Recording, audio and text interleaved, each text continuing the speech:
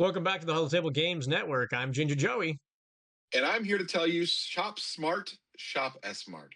Nice, nice, nice. I had a feeling you were going to do that after last night. So, I have to do a little plug for good old Bruce Campbell. yeah. For those that don't know, Joey knows. Got a chance to see Bruce Campbell live in person at what may be one of his last fan events that he does, depending on how his health goes. But it was for his new movie, a preview screening for his new movie with him doing a Q&A afterwards. It was a delight. The movie was very fun. He describes it as a Hallmark movie with swears. It's not a Bruce Campbell movie. It's not Army of Darkness. It's not Evil Dead. It's just a very sweet, very nice movie that was a passion project for Bruce. He directed it, produced it, wrote it, did everything in it. One, Uh, yeah. one of my favorite roles from Bruce Campbell was always in Burn Notice on that TV show. Yeah. They actually, part of the Q&A, they had some discussion about Bird Notice. There was somebody that asked about a Bird Notice reunion, and he's Yeah. like, he very carefully was saying, I mean, I'd be willing to do it, but I'm pretty sure there's some people on that from that show that are never going to ever do that again.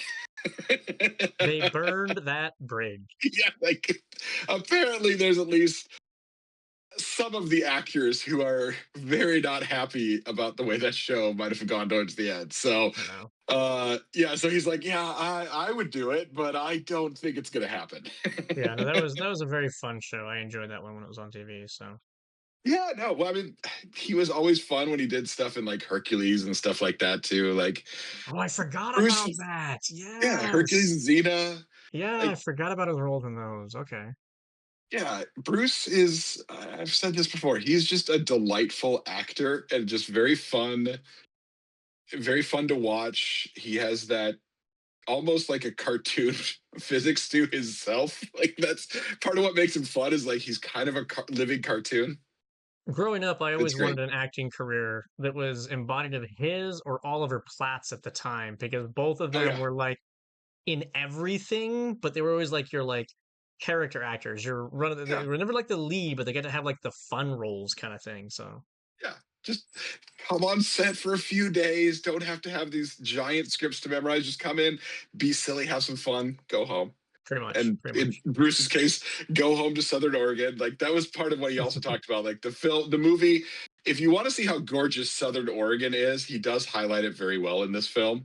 But yeah, he pointed out like he decided to film it in Southern Oregon because he was like, I could film this movie and then go home and sleep in my own bed. I'm gonna do that. Like, I'm making the movie. I can just decide I want to sleep in my own bed at night. So speaking of Anyway, fun and forget it, SWU planetary qualifiers. The big weekend happened this weekend, so it's kind of like, yeah, the yes, weekend before was we had 4 of them, but this weekend we had 17 across the globe. So it we was a got a big one.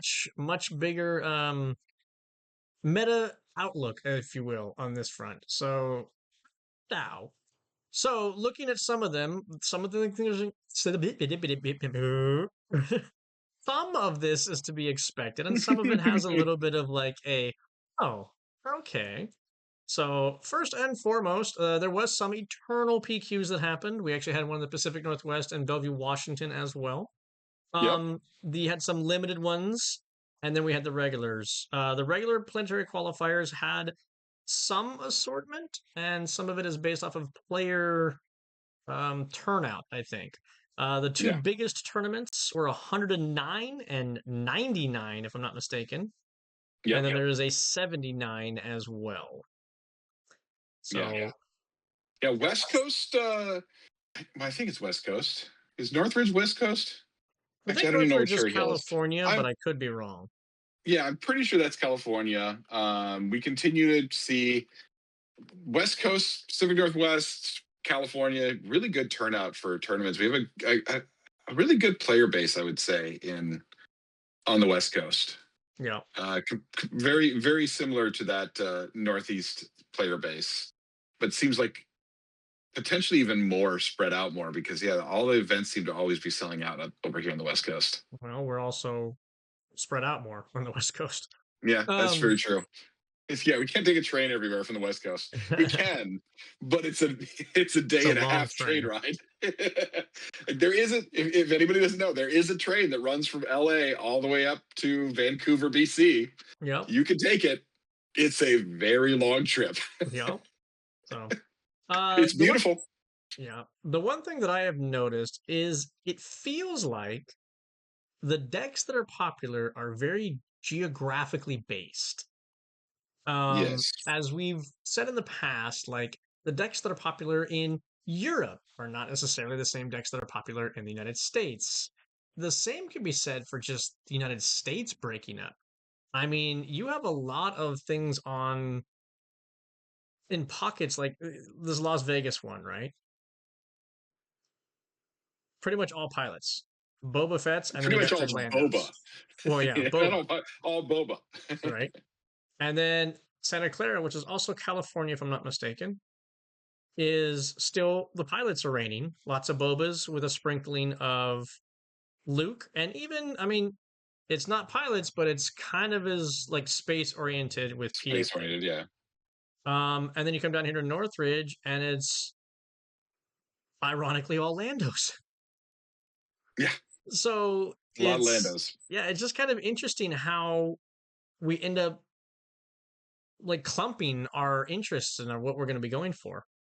Um, the Springfield one is the biggest one. That was 109 players. No, is it? Am I on the wrong one? I'm on the wrong one. This is You're on the wrong 57. one. That's not I'm on the wrong spot. one. No, not the The Springfield one. Is Cherry the Hill one. Cherry Hill, Cherry which Hill. I really wish Discord. I really wish the SWU competitive hub, and I think it's coming from Melee, would tell us where Cherry Hill is, not just say Cherry Hill, USA, Oh, say because I what have state no it's in or idea. whatever. Yeah. Yeah, I have no idea where Cherry Hill, USA is. So a There's couple probably a decks, lot of them. possibly a couple decks of interest that happened is an Aura Sing Red. I got to assume is a hard control deck, and that hit fifth place out of 109 players. So for players that are saying the control is dead, I don't think so. I'd still argue controls on life support, but Uh, uh, because of the way the current meta is built. Ophir is Woo, and he was playing an Obi-Wan Blue Force deck. That's the not the Virgin's Temple, just the straight up 28 health point uh force base. He got Yeah, fourth this place in this is one. yeah. If you haven't seen that deck, this is the better version of Obi-Wan Blue. Virgin's Temple is very good when it hits, when it gets that turn one Jedi counselor you can't interact with. It's really good, but as soon as that gets turned off, that's its whole gimmick. The blue force is more well-rounded, and very good. Like, again, I've been saying Obi-Wan Blue is a good deck, just Virgin's Temple, and I think we're seeing more people starting to pick up on that too. That it's not worth playing Virgin's Temple. Just stick with regular blue force. Give your deck a little more diversity, and Yep. yeah, Wu showing that right there. But then we got pilots, including Vader. Vader's the third pilot you see cropping up every now and again, beyond the Boba and the Lukes. There is another pilot. That which one was that? Do you remember? There's a couple of them actually, but there's two other ones I want to highlight, Sure, and now I don't remember which ones because I had it open and I closed it. I apologize, Curly everyone, but Rabbit. I want to say we it's the did Vancouver have, one. Nope, yeah, we did not the have Vancouver one. But look, here you go, Vancouver, all Lukes. Vancouver, all Lukes, a lot of Lukes. It while we're looking for what we wanted to highlight, I want to highlight that this is the one thing that it's not, the meta's not broken, but I do think it does have issues in the aspect of it's very much a turn five meta. That six resource turn is when your game ends. So that is why you still have issues uh, for control. It's hard to drag the games out because everything's built around explosive turn sixes. The game's over. Boba flips top of the summit, wipes out your board, has a giant Boba unit, and wins the game. Luke flips Sintakaz into your face, has a giant Luke unit, and wins. Or flips in aggressive negotiations, or flips sudden ferocity in aggressive negotiations. Like, there's so much that it's just turn six, the game ends. That's what we're seeing a lot of, and I don't know if I love it. It's not the worst. It is getting still. I think there's a lot of variety still that can compete. I think that's the big thing is a lot of different decks you want to try to bring. As long as you can have a good game into Landos or Bobas or any of that, it's not bad. I don't think any of these decks are broken. I do think I will highlight I do think Top of the Summit needs a closer look because it's a negative play experience type of card with Boba. And it's one that it just swings games in gross ways, in just, oh, yep, and that's game over. And yes, there are a couple small answers. We've talked about this before. There's a couple of very small answers for it, but there's not enough. There's not enough ways to deal with it since it hides in the resource row specifically. Sure, I think that's the bigger problems that can hide in the resource row. But Yeah, we've already established that there's the one villainy card that can destroy it out of the resource row. You yeah. can Galen Urso to counter it. You can just not have damage on your units to counter it if you can avoid that. The To best do with way Boba. the the what? That's always hard to do with Boba. Yes and no, because I mean, if you have shielded units, the indirect damage goes on the unit before the shield, so it doesn't pop the shield. The Yes, Boba can flip and pop the shield, and then you have the problem of the top of the summit then hitting at that point in time. That's So the thing. Boba could flip and pop all the shields and then top of the summit afterwards. It just it's a hard thing to interact with. And if you and the problem is if you're not taking the damage on your units, you're taking all the damage to your face, so then you need a lot and of you're restore. dead. Yeah, uh, it's one that I do think Fantasy Flight is. I'm sure Fantasy Flight is looking at it when you're seeing this mass of Bobas that are winning like this, and it's a lot of top of the summit. Uh, the one is the PQ Derby. Uh, Okay, by the way, I'll look at that in a second. But first off, we had a client hit fourth place I do like seeing that. in a 40-person tournament. So that is in the UK. But yeah, this has a lot of, I like this that it has a lot of diversity in the top eight. Like there's not a single repeat of a leader at all. This Yeah. is the kind of top eights I want to see because it's showing, but I mean, some of this is player count, right? So the lower player count tournaments, the more likely you are to see variety versus the same deck over and over again. Oh, and the other one Um, is the PQ Springfield. So it's the sure. Springfield and the Derby. So here's the Those are the Springfield. two. So the Springfield. This has had Springfield one, down at the we had a Java, which is nice to see. But then for my heart, we had a Kazuda Blue yep. do pretty well. Interesting little deck list. I might give it a little swing and try it out, but yeah, I love seeing Kazuda pop up always. So excited to see that. And then the other one was in Derby, Derby. and that is down at the bottom there. We had good old Poe Data Vault popping up again, which I'm always happy to see that as well. So still popping up there. I still think there's an argument that my Poe Yellow is better than Poe Data Vault. I think I would make that case, having played Poe Data Vault extensively. But I will say, I mean, I am looking still at maybe going back to Data Vault just for the extra health because that's the meta we're in. That extra 3 health, it kind of makes a difference right now. Yeah, but now you kind of stuck your foot in it because now you have to prove that your Poe Yellow is better by I actually know, getting at right? least a Yeah, I top have to eight actually in get a there. PQ. You done just Yeah, dipped yourself into that one. I know, right? Well, it'd be nice if we had more than one PQ to do that in, but I've got one chance for it. We'll see how that goes. I think the bigger surprise is this one right here is Yeah, a the Han Blue Han. Force. This Han sucks Han, and here it is at second place in a PQ of 50 players. Yeah, And I yeah, think that's a this, I surprising think, one. yeah, I think the 50 to 64 players is more so the average of what you're going to be seeing for PQs in different areas. I think the ones that are hitting closer towards 100 are more rare. So, Unless you're in the Pacific Northwest. well, sure, but I'm just stating that like I think that having data from the 50 to 60 range PQs is actually when you're looking for. You don't want things below 30.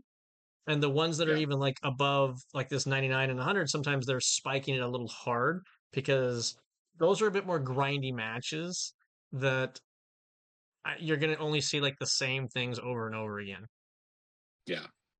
But yeah, so thought process, what we're seeing here, I think is worth mentioning. Of if you're looking at this meta, these competitions we've seen, I think the number one thing is you need to have a plan for Boba, Luke, and Lando. Pilots, period. Um, Pilots, period, but specifically Boba and Luke, um, because they have very specific turn 5. You're going to die if you don't have an answer.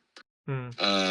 So you need to have either an answer for it, which unfortunately in Boba's case and Luke's case are very, very limited, or you have to outrace them. Hmm. That there's There's your that. choices. So So outracing them became harder when Boba started using Light Country, though. yes, and that's where we have Boba with Lake Country, we have Luke with Data Vault. They've got the extra health to keep you from outracing them because they know they just need to get to their flip turn. Yup. Um, so yeah, it's probably going to be this way for the whole set. Again, we may see some. I still think we may see some bans, but it's not going to be till May. It's not going to be until after we have at least a regionals or a sectors. Yeah, I don't know that we're Um, gonna jump into that right away. yeah, I don't know if we'll see that right away, so we'll have to wait and see. But it's going to be Luke and your Boba with Top of the Summit are your biggest boogeymans of the meta. Lando again. I like Lando a lot. I think he's a very good leader. I think he's a very good leader for a long period of time. He's going to be good for the next rotation as well. Um, but he's not insurmountable, and nothing he does seems completely unfair and completely unbeatable. It does. He never has the feel of Boba of Top of the Summit of, well, great, I couldn't do anything about that and I lost the game. So I don't think Lando's much of an issue, but you do have to be thinking about how you're going to beat him because it's a very good deck. Yeah.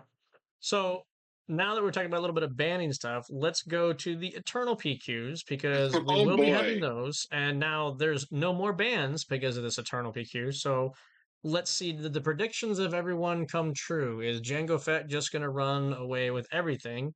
Well, in Rochester, not so much. Yes, you had Jangos, but you Well, had we still just have as three of them. equally, yeah, but you had just as equally Gar Saxon.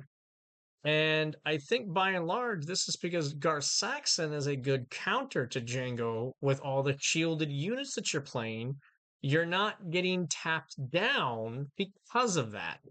So you can actually fight against, and it just comes down to kind of card draw at that point in time. There's a lot of posturing in these matches, and this is where you're going to have for every deck that is like the dominant one, there is a deck that can beat it. The question is, how does that deck fare against other decks as well? Because if you're all in on beating this one deck, but every other deck slaughters you, is it really what you want to be playing in that regard? So, um, Gar ECL actually stands up to a lot of other decks. So it's a great counter pick to the Django if you want to stand a good chance. We do see Yeah. some other decks filtering in. Hard Control Bosk is back. And And that, yeah, I could have called that Boss Blue does eat Django alive. well, you also have the fact that it's doing the multi aspect to even throw in some out of aspect cards. Mm-hmm. So, and then good old Ray with just all that restore and health to have to get through makes it really hard for Django to finally get there before it can actually stabilize. Yeah. So, I will say worth mentioning though, this was only a 30-person tournament, so it was very small. yep, Our other sample from the weekend, we did have two PQs, our two Eternals, was much bigger. That was up here in Bellevue, Washington. That was 58 players, so almost yep. double the size. And this one, this was at Mox up in Seattle. Just a shout out to Mox. But yeah, this is everything that we were worried we were going to see in Eternal. Six This is Djangos, gross. six Djangos, a Piet, and a Gar Saxon. Now, this Gar Saxon is a member of the Babu Freaks, Yep. and he basically they tested against this intentionally, and this is why this is such a good meta call to be going against as a counter pick. Um, the Batman the Bronco is Zach. Zach is a very skilled player, and he was bringing a homebrew that I got to watch one of his game on stream. It had some good spice to it because he is playing this multi-aspect base, which he was able to weave in triple dark raids out of aspect with this, Hmm. and he actually even was playing the Max Rebo band just to get a steady supply of credits so that now when his Gonk droid goes away, well, he still has more credits coming in to like cheat those resources out faster. I saw Yeah, this deck beat Django's because it could just get there quicker. When you start dropping Devastators on turn 5, yikes, that's a yeah, problem. So it's these were both good meta calls on how to beat Django's. Again, ways can be done to do it, and it's just a matter of like, can you get the draws and stuff. So it was a good. This one is streamed. You can watch VODs of this one if you want to. If you want to get some checking out some good decks, there was even one of the Kobayas um Tobias Green Endless Legions deck, where it basically oh, tries to fun. get off an Endless Legions. Oh, it was disgusting. It got it off on stream, and Oh, that's great. it was when you clone a Snoke twice, game's Oh over. God. Oh Game's over. jeez. Oh, that's gross. Oh, that's yeah. There's no answer to that. It Oh, was oh, disgustingly joyful to watch. So, and yeah. those kind of decks are like true to my heart. I love those kind of decks. And so, whenever you can see one of those like events pull up, it's like I might lose the war, but I won this battle. Damn it! Yep. Yep. Yeah. This is what we were worried we were going to see. I had a little bit of hope that maybe Django's not going to be as bad now with a bigger spread of cards. It's not looking that way. He's still just as frustrated. He still shuts down a massive amount of potential deck building. He still constricts the meta significantly because, yes, as you said, there are certain decks that can beat him, but it's very specific builds. And it means a lot of other builds just cannot exist in a world where Django does. We'll give it some more time. Obviously, we're going to see. We're going to let people brew, and Fantasy Flight's doing the same. We're not rushing, and it makes sense. You don't want to rush to ban things in Eternal. You want to see if they balance out, but it's definitely looking to my eyes exactly the same as Legends of the Force early, or not Legends of the Force, Jump to Lightspeed early meta when it's like, oh yeah, this is gross. See, I still don't think Django was the problem. There was a lot of times where I saw Django flip and I saw Django die instantaneously. It's there's so many more answers. I think we're seeing a lot of Django because he's freshly unbanned and he was so good before that we're gonna play him. So you have a huge market share trying to play this thing that they couldn't play forever. But I think there is a lot of answers out there to counter what is going on with them. One of the best blue cards that I saw played against Django was Nimble Prowess. A one Mhm. cost upgrade cuts down Triple Dark Raid by and large. Oh, you triple dark raided out your big ship. Yeah, you get the win played, but now I'm going to nimble prowess and oh, look, you're tapped. Now it goes back to your hand kind of thing, right? I wouldn't call It's that. Yeah, I wouldn't call that shutting it down. You still well, got the it's win played and still get it back in your hand to play it again. sure, but you're not It's getting that still extra really powerful. value of swinging with it. There's a lot of cards that can Sure. come into play. Bounce. I mean, if you call it that way, then Qui-Gon as a whole, he's all about basically doing what Triple Dark Raid does, which is I'm going to bring something into play from my hand and I'm going to bounce it back so I can get its win played effect again. That's his whole Yeah, but not premise is to do it. not as efficiently. Not even. It's still the difference in efficiency is huge. Sure. Again, it's Triple Dark Raid does too much for 3 cost. Too much. So Well, again, that is the one card I still flat out say that card needs to go. It's too powerful. It's too broken. It's not a fun card to play against. And again, that's the problem with Django as well. Is it's not just that it constricts the meta. Yes, there's answers. Yes, you can get some things.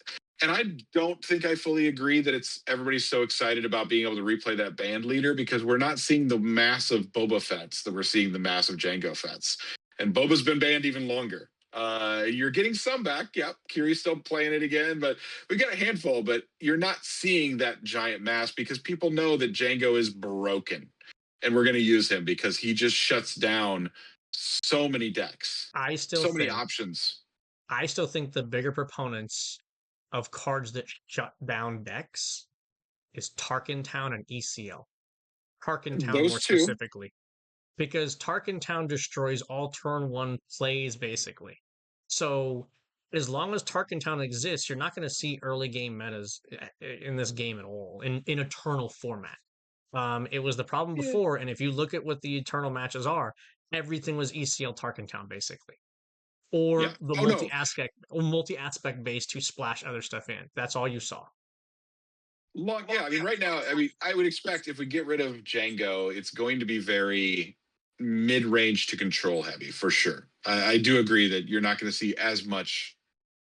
I guess you might see still some aggro. You'll still see the Cad Bane Reds and things like that.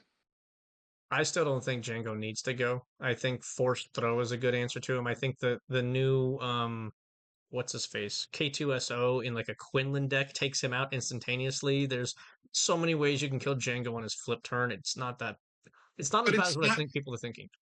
But it's not just killing Django on his flip turn. It's yes, that is one of the worst parts because he shuts down your entire board. But it's a deck that can push so much damage so fast that yeah, you can tap down Django, but that War Juggernaut is still there with swinging for 10. Sure. Like all of these things, like it just it has this combination that tempo of the constant tapping down and then tapping down a mass. It just shuts down so many decks, so many deck builds and potentials can't deal with it and can't survive it, and that's where the problem is. Sure. I can see that. So Yeah. um I was surprised to not see any DJs. My Well, I I thought that that was going to be the problem child of Eternal, honestly. so this my thought process is this is very similar to it's the same thing as what we saw at Jump to Lightspeed, where DJ is not a problem right now because Django is a hard counter for Han One. Django just destroys him, so he can't take a chunk of the meta because Djangos are everywhere. And that is again, Fantasy Flight is I'm sure thinking about this, and it's the reason when they banned Django, they did ban DJ at the same time along with Triple Dark Raid. They knew this was a combo that was going to be a problem.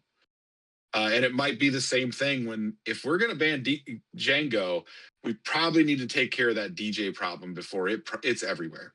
Because yeah, if they do just ban Django, now DJ's your boogeyman, and that's going to be terrible.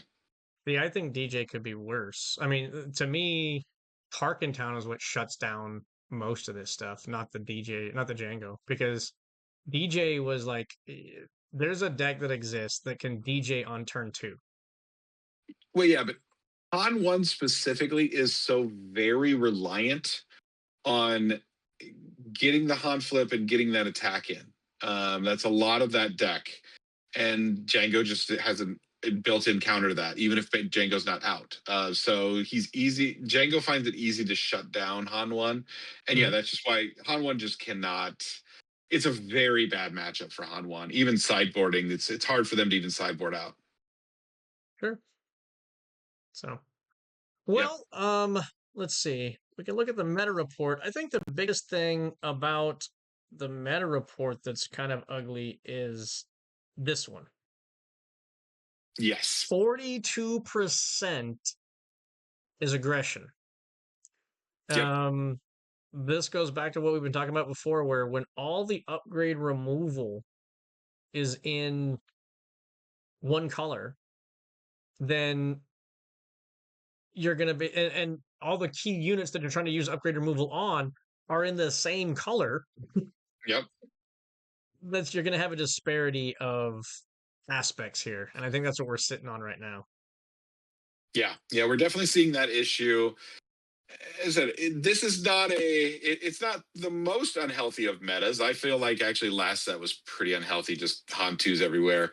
I still do think this is a decently healthy meta, but it does have your warning signs. It does have your maybe you should go to a doctor and get checked out signs going on, just in case. So there are things I have concerns about, but it might still balance out as people brew. That there is still that opening. And as I said, I appreciate Fantasy Flight giving it that little bit of time, not making too fast a ban. It is the right thing to do, even if it makes things not as fun for a little period of time. It was not fun when Django was filling the meta, but that was 3 weeks. They made the quick decision after seeing how bad it get, but they gave it a chance, and Oh, they're they doing the had same here. one sector Yeah, was half the decks were that deck. So okay. yeah, it was rough, but so we'll see how things continue to play out. But this week was a maybe we've got some areas of concern sign. I would say. This was the first true week of PQs. I think it's just putting like the earmarks or the dog ears in the book at Yeah. this point.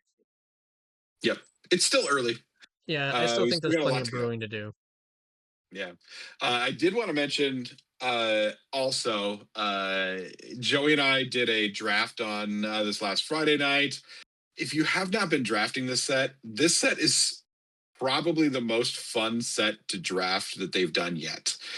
Uh, the splash bases, which I was actually iffy on when I first saw them, are genius and they are so much fun and they make draft so much better. I love that I was talking with Joey and some of the other guys there. It's like I I look through my colors I'm looking for in my packs first. If there's something that's really good for them, obviously I draft that first. But secondarily, if there's only like, oh, decent cards there, I'm looking at every card in a pack now. If as long as it fits my heroic or villainy side, I can splash it. So it makes every pack in the draft a lot more interesting, I think. And it makes the trying to figure out where your opponents do it much more challenging in the draft, or doing tough in the draft too. Yeah, I look at rares first because I'm still collecting some things. So Sure. Yeah, yeah. Yeah. if there's nothing in there that I need, then I tried to force Jin Urso off the get go because that's who one of my leaders was. I Yeah. didn't see a single rebel come my way in like three passes, and I went, "What the heck? Okay, forget this thing." Yeah. Um, I ended up going to Saga Rara, and Yep. I didn't have a single rare or legendary in my deck, not one. So Yep. I just ended up not even sleeving up my deck. I didn't care because I had multiple copies of all the cards I was using, and I went undefeated with it. It just goes to show you that it's you can do well with subpar and a limited. Limited is a lot of fun in that regard. And I even made the dumb comment of like, have your guys' packs been garbage? Because mine doesn't seem to be doing anything. And then I went undefeated. So I don't know. I mean, Sometimes it's just weird. yeah, I went 2-1 with a pack that literally I did the same thing. Like my entire first pack, I was trying to force Hera because I was like, I want to play Hera. It's going to be fun. And I just got nothing for heroic units to be able to splash. And I opened my second pack and saw nothing in my very first the first card of the pack. There was nothing of value, and I was just like, nothing of value heroic for Hera I was gonna specifically say, wasn't is what. that your And ignition blast? no, no, no. No, no, it's. I was going Hera first, and then yeah, I saw that, and as soon as I got to that point, I'm like, I haven't got anything good for Hera to make her valuable, and literally pivoted at the start of the second pack to now I'm doing Vel Green. Let's just do this, and I didn't think the deck was going to work. It did have a lot of off aspect. It was like 23 in aspect and 7 off aspect. It was bad. It was a It's bad not deck. that's not It was terrible. I rough for mean, a if 30 card deck. That's a lot. for a 30 card That's a deck, lot. yeah, you only want like Yeah, it's a three, lot. maybe four out of Aspect cards Yeah. to use the base for. So, Yeah, but um, still did well, and that was the thing. I still went 2-1. Yeah, it's fun, and I think I mean just general strategy wise. I don't know your thoughts, Joey, but I'm starting to feel like the best bet is to make sure, obviously, you get a heroic and a villainy leader, and spend that first draft focusing first on just neutral things. and just grabbing neutral cards and seeing what everyone else is passing. Like our pod is a great example. We had a 7-person pod. 6 of us were drafting heroic. The one person that drafted villainy got a wealth of riches in her deck. I wasn't going Uh, heroic. well, you were going neutral, but Yeah, sorry, there was only one person going villainy. sure. So getting an idea as watching that first pack and just leaving yourself the option of I can pivot between heroic and villainy is probably a good idea to do for the first packs because of that splash base, because of the way, yeah, people from what I've seen seem to like everybody zeroes in. I'm going to play, especially heroic. Heroic seems to be what most people go to right away. It's Vel and Hera. Villainy is usually more open. Well, I think it depends on the leaders that are opened, Yeah. um, because mm, you're also looking at which leaders are common, which ones are rare. Because Hmm.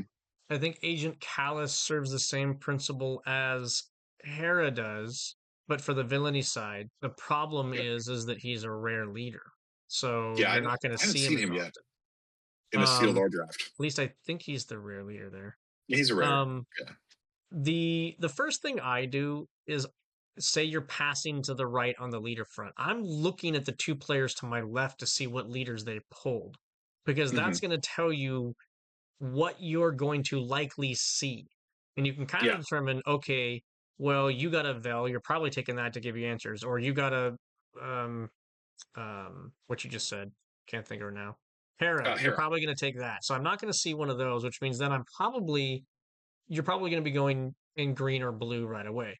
So what am I likely to see? Well, the likely culprits that you're going to see pass to you are maybe the client. There may be Hmm.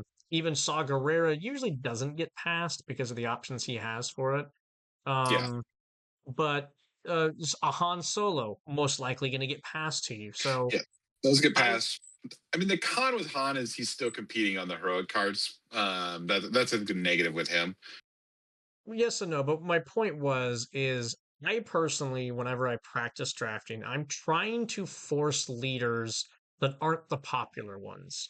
And the Yeah. reason I'm trying to do that is to A, get practice, because you never know what kind of a pool you're going to get.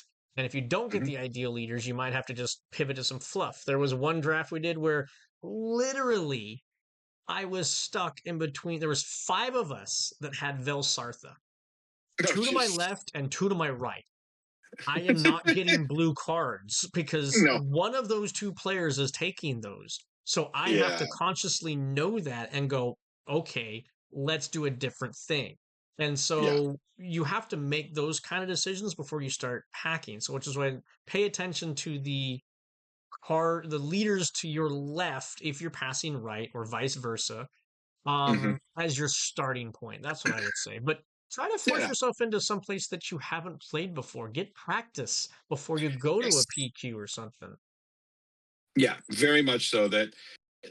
That's one of the things I'm liking about this draft is it does not feel like there's a lot of leaders that are not good in draft. A lot of them can work and can work very well.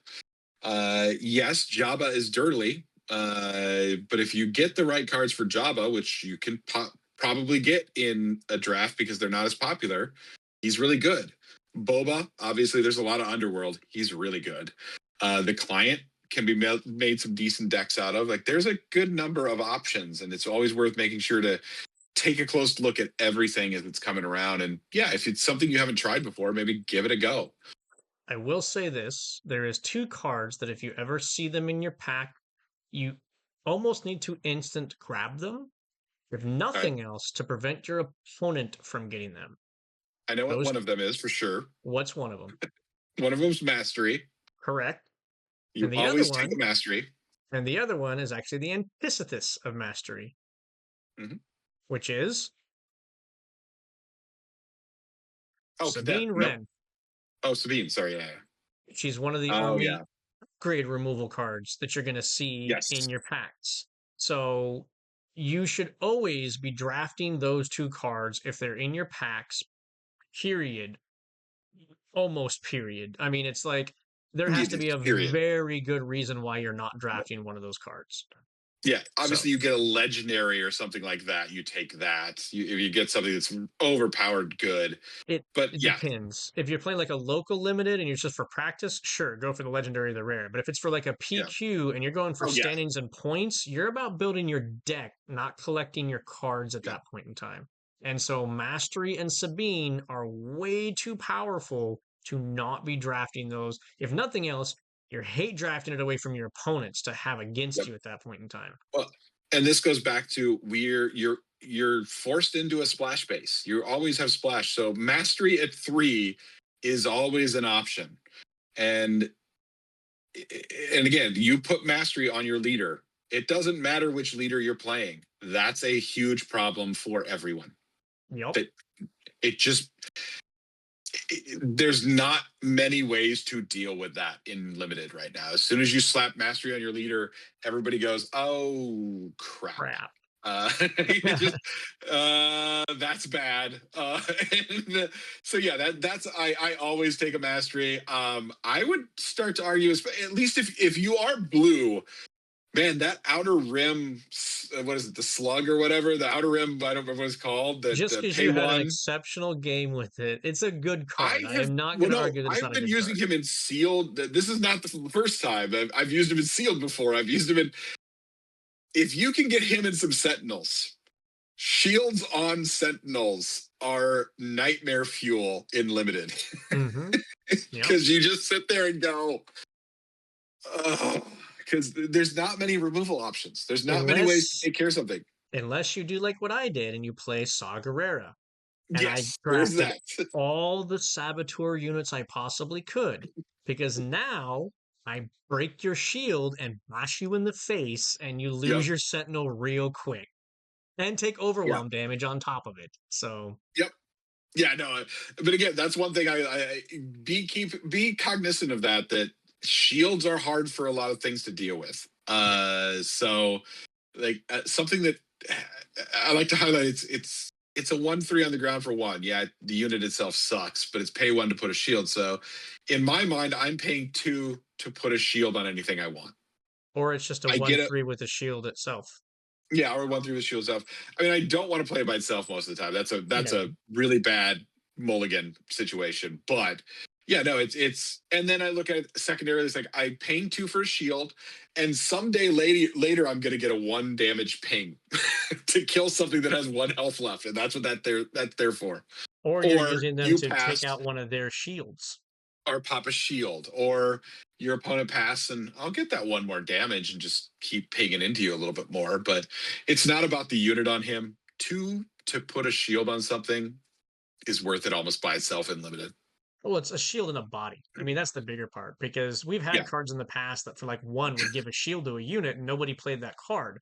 But when you're yeah, paying 1 for the shield, oh, and for another one, I get a 1/3 body on top of it. Now that's a yeah, different story entirely. yeah. But yeah, it's interesting. There's a lot of very good cards, and it, it is a very challenging draft because yeah, as I said, you have to look at everything in the pack. You can't just focus on, all right, I have decided I'm going with this leader, this color combo, this is what I'm pushing on. I'm only looking for bombs and other colors. Nope, you're literally have to be looking at everything in every color that matches your heroic or villainy side, or lack thereof, potentially. Long story In Sal's short, case, get out and practice limited. It's a great set to be it's practicing really limited with. fun.